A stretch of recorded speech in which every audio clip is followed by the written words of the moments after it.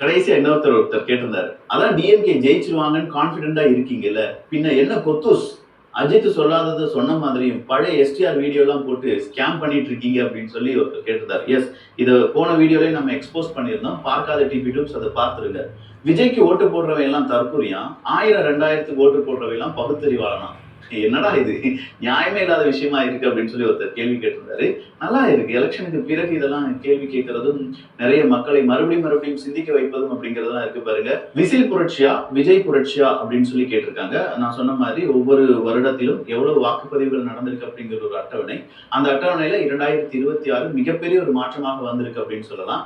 தஞ்சாவூர் பாபநாசம் தொகுதியில் நாம் தமிழர் கர்ப்பிணி பெண் அனிஷா பாமா மீது தாக்குதல் நடத்திய திமுக அந்த டேஷ்களை கைது செய்ய வேண்டும் அப்படின்னு சொல்லி திமுக எனும் தீய சக்திக்கு மிக விரைவில் முடிவு கட்டப்படும் அப்படின்னு சொல்லி நாம் தமிழ் கட்சியின் சார்பாக பலரும் கண்டனத்தை தெரிவித்திருக்கிறார்கள். ஸோ அனிஷா அவர்கள் மீதான தாக்குதலுக்கு வன்மையான கண்டனம் அப்படிங்கிறத நாமும் பதிவு செய்து கொள்ளும். இங்க மட்டும் கிடையாதுங்க. இப்ப என்ன பாத்தீங்கன்னா சேகர் பாபு அவர்களும் அசோக் அவர்களும் மாத்தி அடிச்சுக்கிறாங்களாம். என்னப்பா அப்படின்னு சொல்லி பார்க்கும்போது இல்ல 3 மணிக்கு மேல அந்த ஒட்டுமொத்தமான வாக்குப்பதிவு நிலையம் இருக்கு பாத்தீங்களா, அதை கையகப்படுத்துவதற்காக சேகர் பாபு அவர்களுடைய டீம் முயற்சி பண்ணாங்க. அதை டிவிக்கு தடுத்துட்டாங்க. 2 பேருமே வாக்குவாதம் பண்ணி இப்போ அடிதடி ஆயிடுச்சு. ஏகப்பட்ட காவல்துறை அதிகாரிகள் குவிக்கப்பட்டிருக்கிறார்கள். அந்த ஒரு பிரச்சனையே நடந்து முடிஞ்சிருக்கு அப்படிங்கிற ஒரு தகவல் வெளியாகி இருக்கிறது. ஸோ இதெல்லாம் முடிஞ்சிருச்சு, எலெக்ஷன்லாம் முடிஞ்சிருச்சு. அப்ப அதுக்கு கீழே இருக்கக்கூடிய கருத்துக்களை வாசிக்கும் போது தோல்வி பயம் வந்துவிட்டதா திமுக அப்படின்னு சொல்லி கேட்கிறாங்க.